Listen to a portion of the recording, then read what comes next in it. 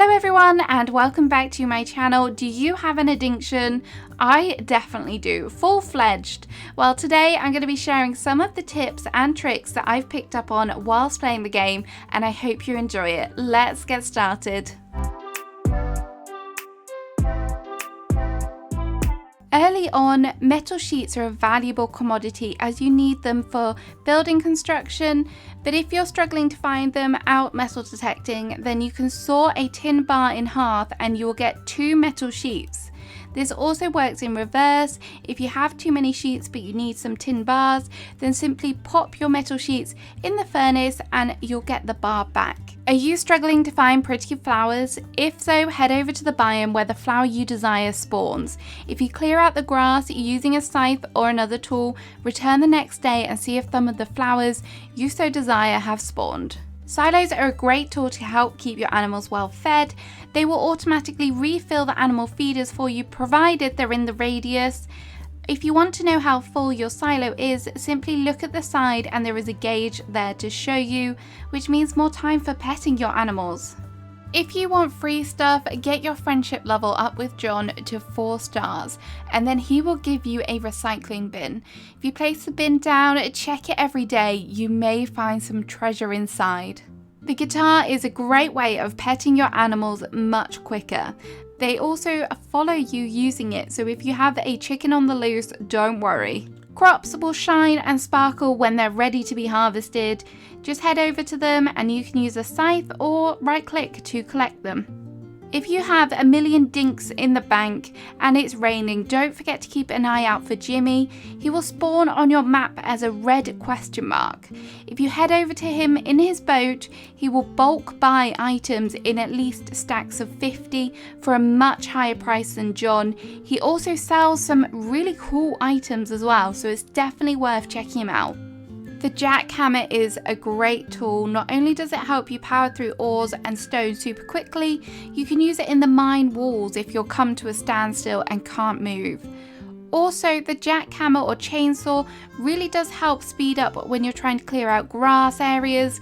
If you're wanting that grass seed, this is the perfect way to get hold of some super quick. If you want to keep your dinks safe, then don't forget to go and deposit them in the bank, so the next time you die, you don't have a hefty bill to pay, and that means that you can go fight wary moves without worrying. If you see poo lying around, make sure you grab it, as you can use it in the compost bin to create fertilizer.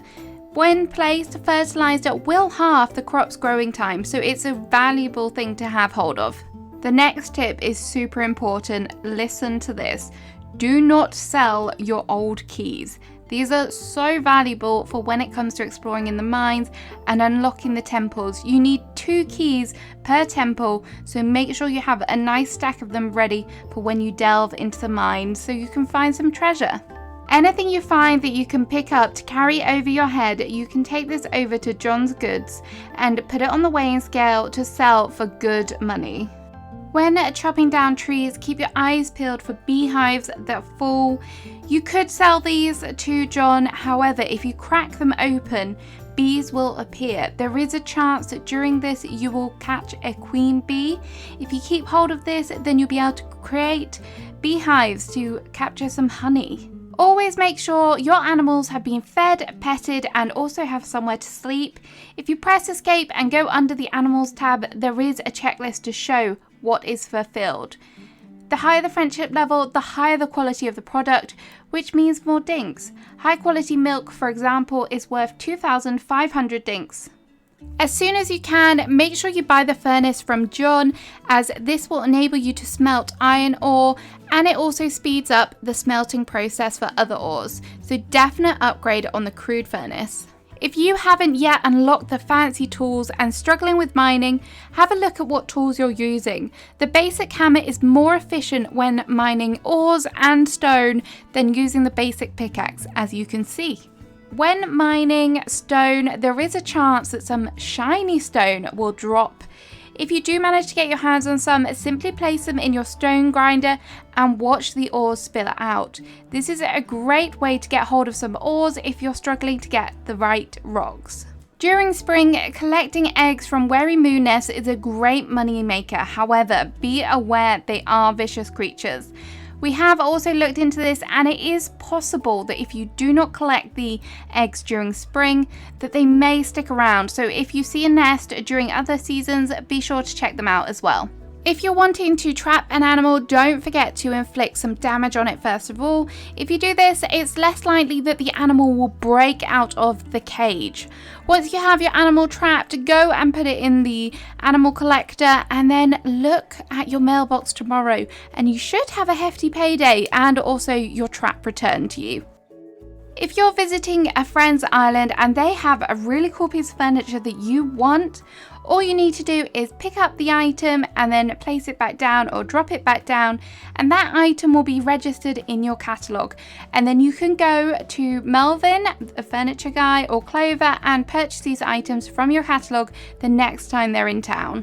Kegs can be a great money maker. You are able to put bottle brush flowers, wattle flowers, and also jelly into kegs.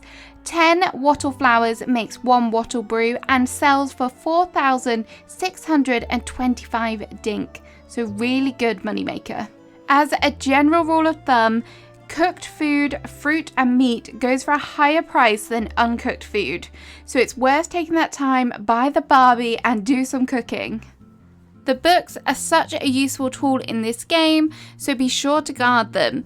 The fish and the bug book will tell you what kind of fish or critter it is and how much they sell for. The plant book will tell you how long until your crops are ready to be harvested, and the machine book that you can purchase from John will tell you what goes in a particular machine. So great, so useful, so handy. If you hear whistling in your game sounds, be sure to keep your eyes peeled for Ted Sully. He is an NPC that is quite rare to come across, but he does buy items from you, and you can also buy items from him. These are weaponry items that you won't find anywhere else, so it's definitely worth keeping your eyes and ears peeled for him. When thinking about what crops to plant, I definitely recommend checking out the Dinkum fandom page, as that way you can figure out which one is going to give you the best bang for your buck. As a rule of thumb, those which are plantable all year round are not going to give you a higher return than those which are purely seasonal. Also, you want to think about which ones will regrow. So some of them, like the tomatoes for example, it takes 11 days to grow initially, and then you get tomatoes 6 days after. So even though it is a high seed price, you're going to get more crop, which means more dinks. Don't forget to talk to your NPCs every single day just to get their heart level up. However, do not accept tasks from NPCs if you aren't able to complete them. I know I don't have all the meat pie recipes, so I'm not going to take this task. Otherwise, if I did and didn't complete it, it will affect our friendship rating. Once you have the museum unlocked, you will notice that in the right hand corner there is a camera. You can buy this camera for 16,000 dink, and then you can go and take photos to your heart's content. But what do you do with these photos? Well, you can actually hang these in your museum as well. All you need to do is go up to the empty frame, select the image that you want to display, and ta-da! I think this is a really cute option, and I really love the way that you can display your pictures of your island in the museum. If you are a flower fiend like me and you want more flowers, then you can actually plant flowers in the flower beds, and there is a chance that they will spread over the next day, so you can come back and collect more. It's a great way of farming them. Alternatively, if you don't have the flower box, I have found that if you pick up a flower from the ground, then there is a chance you will receive more than one. So it is more time consuming, but it does work the same. Are you wanting to make some serious money in Dinkum? Then you need to have the commerce license. This license becomes available after you reach mining, logging and fishing to all license level 2. The prerequisite for having this license is that you reach level 10 for that particular task. Once you have it, go and speak to Fletch and purchase it. The benefits of this is that you will get more dinks per items that you sell. It starts off at 5%. You can also purchase the gacha machine from Franklin, which is a really fun item. If you're early on in the game and worrying about where to put your buildings, don't. Later on in the game, you can move these super easily and for only 25,000 dinks, which may seem like a lot now, but trust me, it does become easier to come by. Next up, we're going to talk about coconuts. I didn't even know these existed until a friend told me. Thank you, Meg. But out in the islands, on the edges of your map, you will find some of these coconut plants and you'll be able to harvest them. They are so cool. I didn't know they existed. So if you're a new player and haven't ventured out that far, check these out. If you don't like the colour of a particular grass and you're wanting it to be a different colour, then all you need to do is dig up that particular spot and replace the soil and then go over the top and place the grass seed that you want in that area. It's time consuming, but once you have done it, it does look more effective. Franklin is definitely one of the coolest NPCs in the game. Not only can he craft you cool recipes, but he will also buy your shiny discs for a great price. If you keep hold of them and take them to Franklin, he will buy them for 8,880 dink per disc. Are you tired of clicking through the NPC speech? Is it going really slow? Well, in the settings there's actually an option in which you can speed up the text speech of the NPCs, which is a great tool if you're just a bit impatient like me. Have you noticed some peculiar looking radio towers scattered about your island? Well, these are actually teleport towers. Once you fulfill the requirements for them, you will be able to teleport to each different location. If you're struggling to find your other radio towers, then all you need to do is look in the north, east, south, and west direction, and they are directly opposite one another on the map.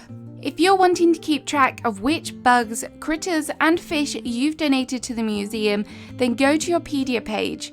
In the top right corner, a little museum icon will display once you've donated it to the museum, so you know what you've got to keep your eyes peeled for. Additionally, the book will also give you a bit more information about where that creature is found, what time of year, what weather, etc. Whilst we're on the subject of bugs, critters and fish, it's also worth noting that friends can donate on your behalf to the museum. However, if you don't have that particular bug captured, when you look in your Pedia, an image of that particular item will not appear. There are some really unique trees in this game, but the mangrove trees have to be my favourite. At present, there is no seed for the mangrove trees, so you just can't plant them anywhere. Instead, they actually spawn on this dark dirt path, which you can actually pick up and move. So if you want your trees to spawn in a particular area, you just have to move the dirt. Permit points are a valuable commodity in this game, but if you're struggling to get your hands on some, go into your journal and go to the milestones section. If you click on one of the particular icons, it will show you how close you are to reaching the next level. If you unlock the next level, you will be guaranteed more permit points. If you have a lot of trees to plant, then I would definitely recommend placing your seeds down first of all and then going back over with the shovel. This enables you to dig a hole, the seed will drop down, and then you can replant the soil over the top. It works really nicely. Also, this works on fruit, so if you've got an orchard or a large fruit tree area, then it will definitely speed up the process for you. If you want to see what a particular clothing item looks like, or if you're looking for more items to decorate with, you can actually place clothing down just like you would a furniture item, and then they show on these really cute displays. Whilst we're on the topic of extra things to decorate with, you can actually place down fish and critters. These will display in cute little display containers. The fish one actually looks like a fish tank, and the bug one is very cute as well. Just adorable little items. I would love to see an aquarium. Unlike other games, there is no set time where you must go to bed. Instead, the time ticks over to late. During this time, your stamina is significantly reduced, which makes it the perfect time for doing those daily tasks such as crafting and smelting ores, which don't require any stamina at all. Make use of that time. I definitely learned this the hard way, but when planting crops that have sticks in them, do not plant them in a 3x3 formation. It makes it so much harder to water them and harvest them. Instead, do them in straight lines. Shells notoriously do not make much money. However, if you're looking for some permit points, go and grab yourself some, because there is a milestone that unlocks once you have sold some to John. When looking at what food to eat, pay attention to what benefits they give you. Some will just give you stamina, some will give you hearts. However, if you go over to the cooking table, some of these will also give you buffs, such as speed, defense, and even things such as like helping you with your fishing, logging, and mining. These are really great. So if you have some food from farming, definitely take some time to do some cooking. If you're looking to get your friendship level up with a particular villager, don't forget to check the bulletin board. These are villager specific requests that they can post, and completing them will definitely help with increasing that friendship level. So guys, that's the end of the video. I hope you found it helpful. I hope I've helped expand your Dink knowledge. Let me know what you think about it in the comments. If you have anything else useful to share, please leave one. And I'll see you again soon with another video. Bye bye.